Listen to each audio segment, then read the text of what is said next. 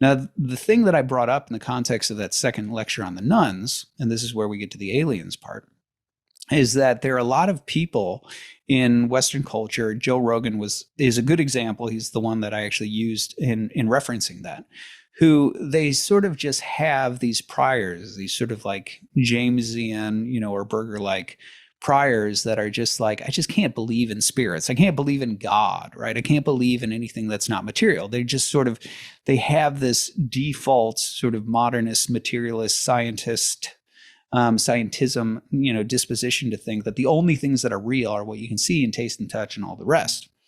And so for that reason, they have a real hard time sort of crossing over that threshold into talking about spirits or talking about God. But what's interesting is that in those contexts, you see that they'll be very open to conclusions that offer something similar to God, but it's material. Here's what I mean. So I remember seeing a clip where Joe Rogan is talking to somebody, and they're talking about evolution, and they're talking about the Homo sapien development and the idea that we're too far advanced in order to have naturally developed and things like that. And so he's sort of building the case for the idea of what? Well, alien seeding, the idea that somehow our species had to be designed and planted here and so on. Now, what's interesting is that's basically an intelligent design argument, right? What you're actually suggesting is you're sitting here and you're saying, that there's something about the design of the world that can't be happenstance. There's something about the advancement of a species that can't be happenstance. It has to be engineered by an intelligence because it can't be brought out through natural processes. And yet, the thing is, if you went through that argument with Joe and you said God, he'd probably be a bit skeptical. So you can see this, for example, if you contrasted, I think it was, who's the intelligent design guy? I think it was Stephen Meyer. It wasn't Michael Behe, right? Stephen Meyer, who I think a lot of people were like, whoa, Joe, like, I think this really sort of opened Joe up to the idea of intelligent design. Whether it did or not, I don't know. But what's interesting, what I saw is a notable contrast between when you start to talk about God in the context of like Stephen Meyer leveling these ID arguments, and you contrast that with Joe's openness when you start to talk about aliens and engineering, humans. There's a notable contrast. And I think that notable contrast has to do with the fact that for Joe, the idea that there's somehow a material being, an organism that's intelligent, that's easier epistemically to embrace, right? That Joe having these sort of materialist, empiricist sort of tendencies, the idea of an alien is more comfortable, is more palatable, right? Is easier to sort of grasp and grab onto than God.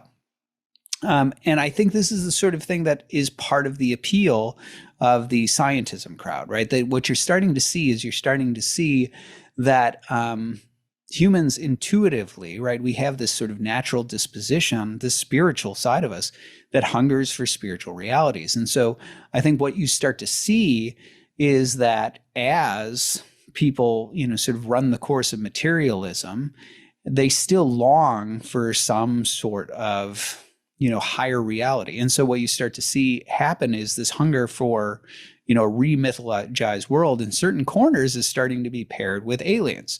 So now all of a sudden we have like lore that's emerging where there's entire, species of aliens like the Greys versus I don't know enough about the different ones, but, but the idea being that there's certain aliens that are good, and those are kind of like angels, and there's certain aliens that are evil, those are kind of like demons. And then the aliens, oftentimes they have some sort of purpose, right? That they were our creator and that they're moving towards some eschatological hope, right? There is some sort of purpose that they have for the human race. And there's this hope for this return of our maker. And you start to see this sort of mythologizing happening with regard to with aliens, where it starts to develop into a sort of quasi-religious lore. And I hesitate to even say quasi-religious, because at least my encounters and my experience of this shows that it's actually sort of moving into the actual overt religious side of things. So what I do see happening is I do know of at least one fellow, off, in Arizona, I think it is, who's like engaged. He's basically like doing a desert father type thing where he's trying to commune with the aliens, right? He's going off and meditating, and he's trying to like telepathically like engage with the aliens as if he's like praying to them or something like that. I know somebody else who was in an alien cult, and they quite literally, they do these drum circles and these rituals, and they try to summon these, this aerial phenomenon, and commune with them in some sort of ways. So it's not as if it's sort of quasi-religious. For many people, it actually is overtly religious.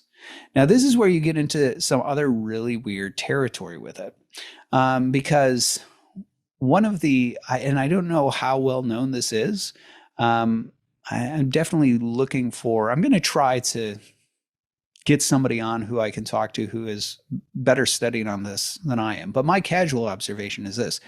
It seems that there is a common, there's several things that are interesting. Like one is that there are actually quite a few alien stories about people who are regularly abducted. And you see a couple of patterns there that are noteworthy. One of the patterns there is that many of the people who experience regular abductions have also a background and experience with the occult, which is something of note. Why would those two things be tied?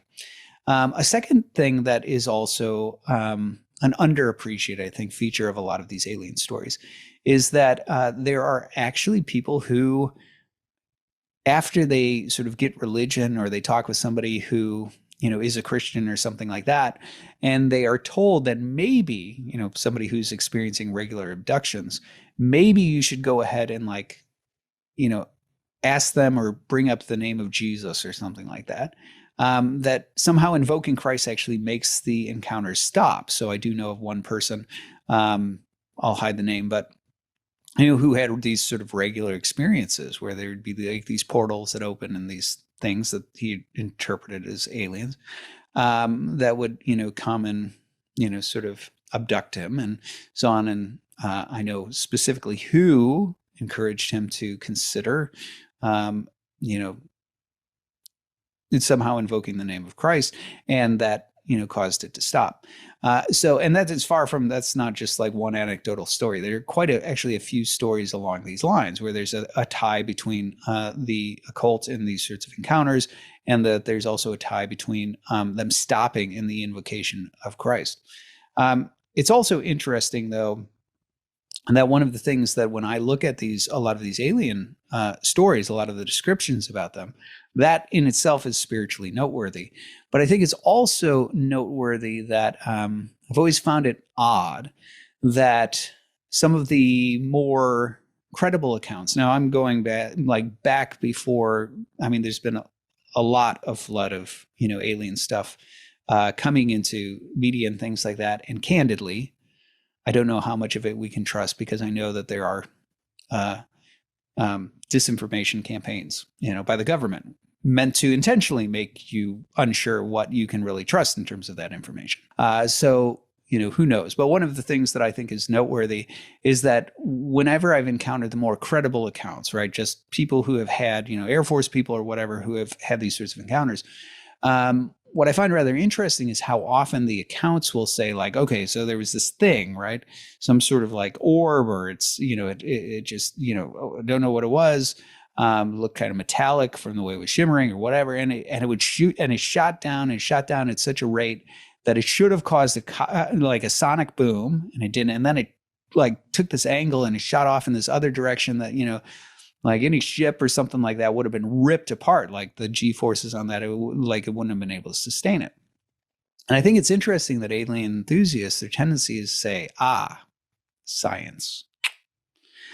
And I think that's really weird. I think that's a really weird inference, that somehow what we can just say is we just take as a premise that the immutable laws of physics are mutable if you just have enough scientific advancement.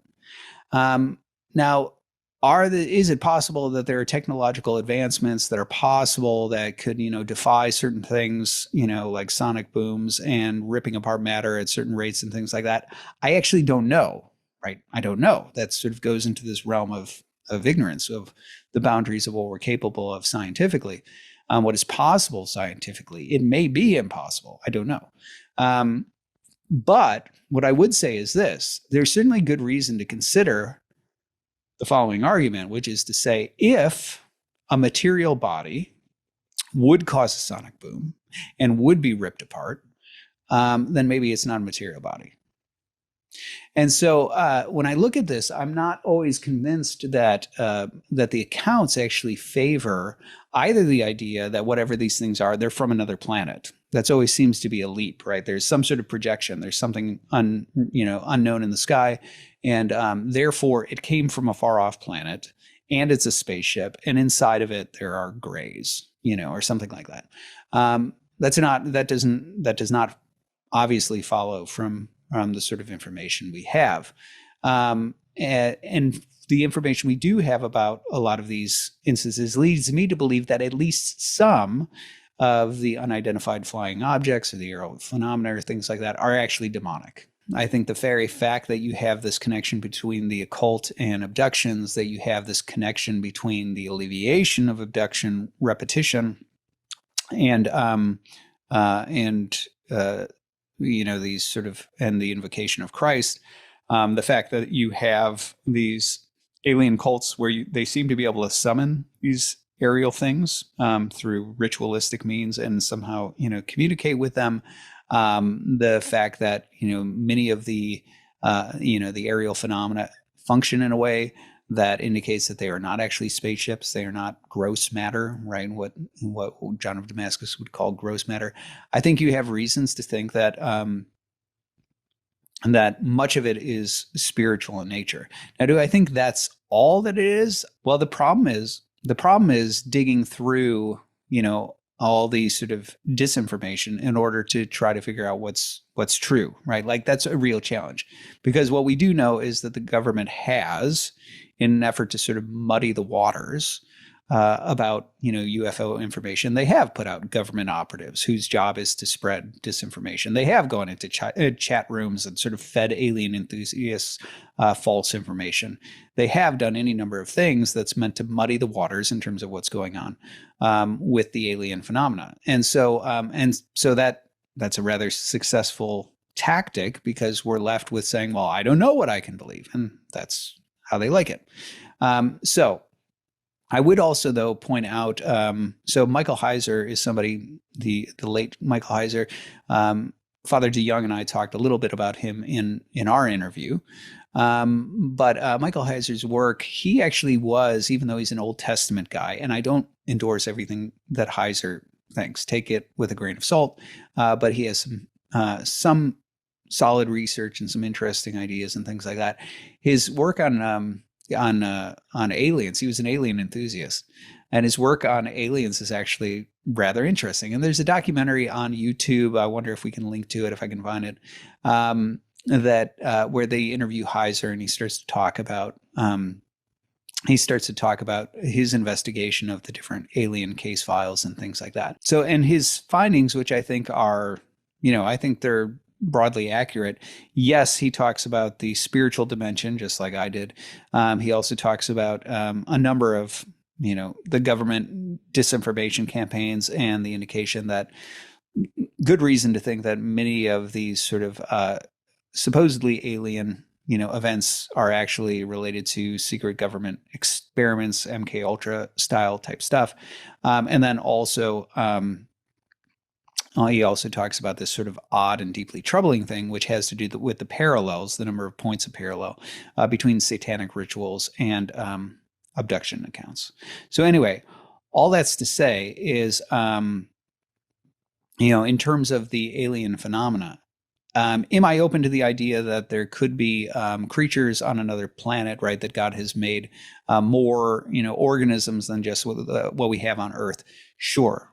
On that broader question, which is a much longer discussion, I would just say that my views are largely, in keeping with what you would find in somebody like C.S. Lewis. So there's an essay he wrote, Religion and Rocketry, which is one essay that you can see for some comments related to that. And then obviously there's his Space Trilogy, which I think is marvelous and explores, even though I don't think that's not Lewis's view of the cosmos per se, it's still sort of a theological exploration of the ramifications of there being other intelligent species and things like that on other planets. And so anyway, that would probably be a longer discussion than what we want to have here. And I would point you to Lewis if you want to dig into that, while you wait for me to do an episode related to that sort of thing. So we'll see. But on the question of whether or not I think the sort of phenomena that is occupying the consciousness of people here that we typically talk about as aliens, that would be my assessment, there. So that's what you got, right? That's what you got. I think a lot of it is spiritual. I think some of it is government, and I think there's a lot of disinformation, and it's tough to sort out. And so we shall see. We shall see.